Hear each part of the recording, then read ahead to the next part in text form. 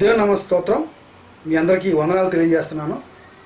ఇటీవల కరుణాకర్ సుగుణ ఒక వీడియో యూట్యూబ్లోను ఫేస్బుక్లోను పెట్టడం జరిగింది. మనందరికీ తెలిసిన విషయం. అందులో సుగుణ మాట్లాడుతూ మరి యెహోవా దేవుడు ఇతరులని చంపే దేవుడు, మతం మారకపోతే గనక ఇతరులను చంపే దేవుడు అంటూ ఎన్నో మాటలు చెప్పడం జరిగింది. అలాగే బ్రదర్ ప్రవీణ్ పగడాల అనే బోధకుడు మీద చాలా విషయాలు మాట్లాడడం జరిగింది.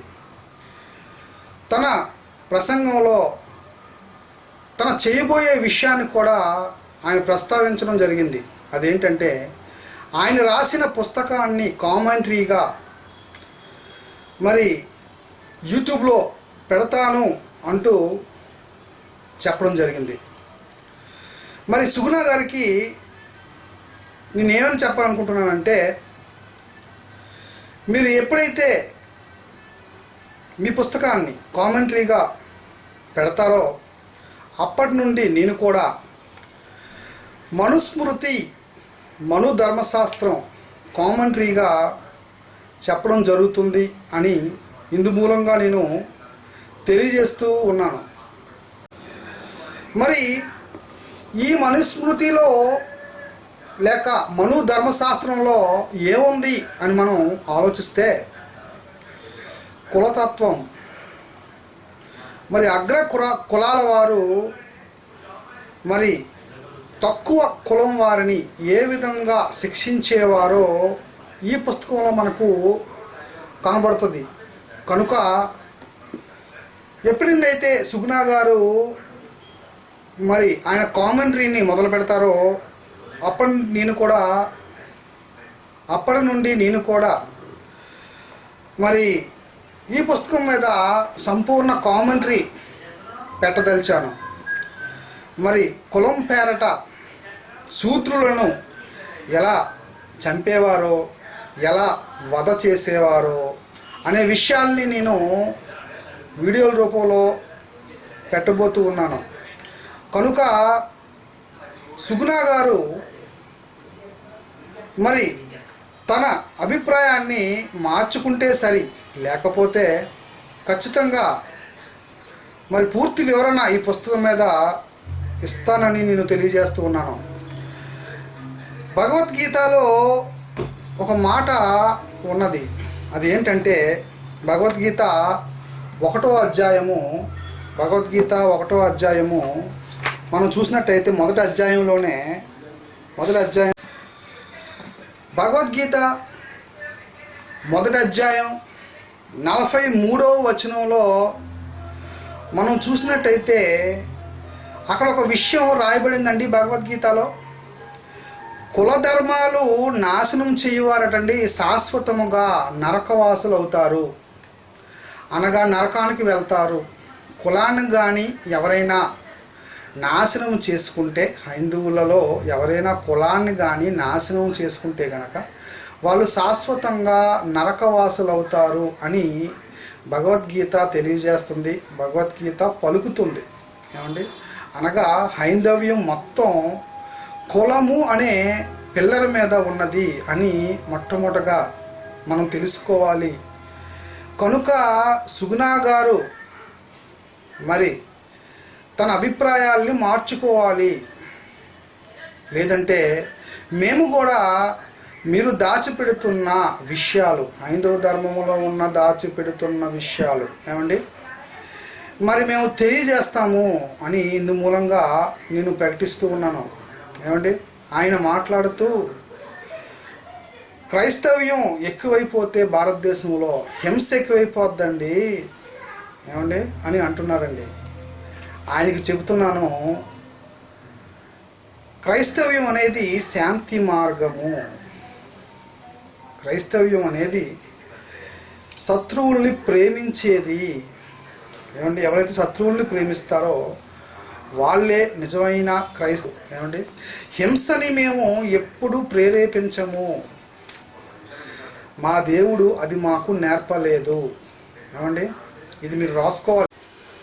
మరి భగవద్గీత కానీ మను ధర్మశాస్త్రం కానీ కులాన్ని నాశనం చేసుకుంటే నరకానికి వెళ్తావు అని ప్రపంచాన్ని జడిపించేదండి. ఏమండి, కులాంతర వివాహం కానీ జరిగితే నీచంగా చూసేవారండి. వారికి కఠినమైన శిక్షలు ఉండేవండి. ఇప్పటి వరకు అదే కొనసాగుతూ ఉందండి. కులం పేరట హింస మన దేశంలో ఇప్పటికీ కొనసాగుతూ ఉందండి. ఇటు భగవద్గీత మరియు మను ధర్మశాస్త్రం కులం పేరట మనుషుల్ని విడగొట్టి హింసను ప్రేరేపిస్తుంది. కులాన్ని చెడగొట్టుకుంటే ఒక కులం వాడు ఇంకో కులంతో ఉంటే గనక కులం చెడిపోయింది అని చెబుతుందండి. ఏమండి, కులాంతర వివాహం జరిగినప్పుడు ఏమండి అది నీచ కార్యంగా మరి ధర్మశాస్త్రం, మను ధర్మశాస్త్రం, అలాగే భగవద్గీత మరి నరకానికి వెళ్ళిపోతారు అని హెచ్చరికలు కూడా జారీ చేయడం జరిగిందండి. ఒక్కసారి ఆలోచించండి. కులతత్వం ఉన్న మరి మీ ధర్మంలో న్యాయం ఉందంటారా? ఇప్పటికీ కొనసాగుతుందండి మన భారతదేశంలో కులతత్వం, కులం పేరట హింస చెలరేగుతూ ఉంది. ఒక విషయాన్ని చెప్తాను మీకు.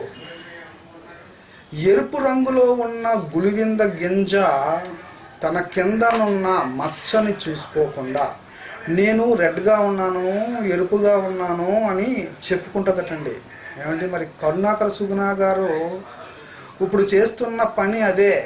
ఏమండి, మరి గులివింద గింజ కింద నల్లదనం ఉన్న గులివింద గింజ ఎలాగైతే నేను ఎర్రగా ఉన్నాను అని మాట్లాడుతుందో ఆయన రీతి కూడా అలాగే ఉందండి. కనుక ఆయనకి నేను తెలియజేస్తుంది ఏంటంటే, ముందు మీ వేదాల్లో ఉన్న విషయాలు ఏమండి ముందు మీ ఇల్లు బాగా కడుక్కోండి, దాని తర్వాత మా దగ్గరికి వద్దురు కానీ. ఏమండి, మరి మీలాంటి వారి కోసం బైబిల్ ఏం చెప్పిందంటే, యోహాన్ రాసిన మొదటి పత్రిక, ఏమండి యోహాన్ రాసిన మొదటి పత్రిక 3వ అధ్యాయము 12వ వచనంలో ఒక మాట రాయబడిందండి. ఇందు మూలంగా నేను తెలియజేయాలనుకుంటున్నాను. ఏమండి, మనము కయ్యేను వంటి వారమై ఉండరాదు. వాడు దుష్టుని సంబంధి అయి తన సహోదరుని చంపెను. వాడతనిని ఎందుకు చంపెను? తన క్రియలు చెడ్డవియు తన సహోదరుని క్రియలు నీతి గలవునై ఉండెను గనుకే కదా. ఏమండి, మీకు అర్థమవుతుందా? కయ్యనంట తన సహోదరుని చంపాడంట. ఎందుకు చంపాడంటే చెప్తున్నాడు. ఎందుకు చంపాడంటే తన క్రియలు చెడ్డగా ఉన్నాయట, ఎదుటివాడి క్రియలు మంచివిగా ఉన్నాయంట. అందుకోసమే చంపవలసి వచ్చిందట కయ్యను ఏబేల్ని. మీకు అర్థమవుతుందా? ఇదిగో ఇలాంటి క్యారెక్టర్ కలిగిన వాడే ఈ కరుణాకర సుగుణ అండి. ఏమండి, అర్థమవుతుందా? తన వెనక తన వేదాలలో ఎన్నున్నాయో చూసుకోకుండా ఎదుటివాడి నీతిగా కనబడేసరికి తట్టుకోలేక ఇలాంటి వ్యాఖ్యలన్నీ చేస్తూ ఏమండి అనేకుల్ని కలవరపరుద్దామని చూస్తున్నాడు. కనుక సుగుణ గారు, ముందు మీ ఇల్లు కడుక్కోండి. ఏమండి, మీ వేదాల్లో ఏముందో మీ ప్రజలకి చెప్పుకోండి. ఏమండి, మా జోలికి రాకండి. వస్తే మేము కూడా కామెంటరీ పెడతాం మను ధర్మశాస్త్రం మీద. ఇందు మూలంగా ప్రకటిస్తూ ఉన్నాను. మీ అందరికీ వందనాలు. సెలవు.